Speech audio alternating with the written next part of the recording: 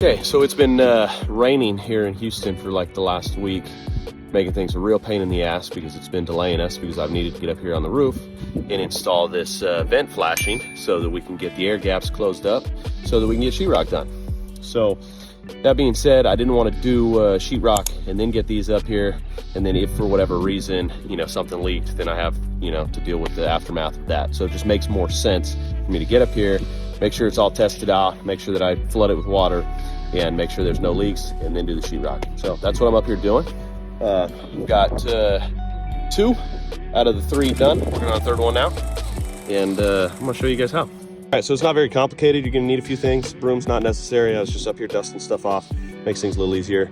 You're gonna need flashing sealant. You're gonna need the actual flashing vent boot itself, hammer, some galvanized nails, utility knife. Utility knife is gonna do this right here.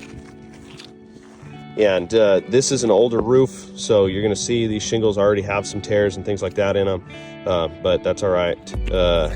We're gonna work with what we got. So you're gonna take this flashing boot here, and after we've got everything all measured out, if you want a separate video on that, I'll do a separate video, but you end up measuring everything out, and the flashing boot goes up underneath the shingles. All right, so it goes up underneath all the shingles like that.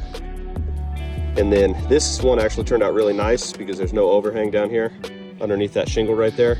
But basically all of the shingles stay overlapping each other, and they all overlap this. And then we're gonna get a nail up underneath here, a nail up underneath here, a little bit of sealant. Pipe's gonna come through here, and we'll be nice and tight.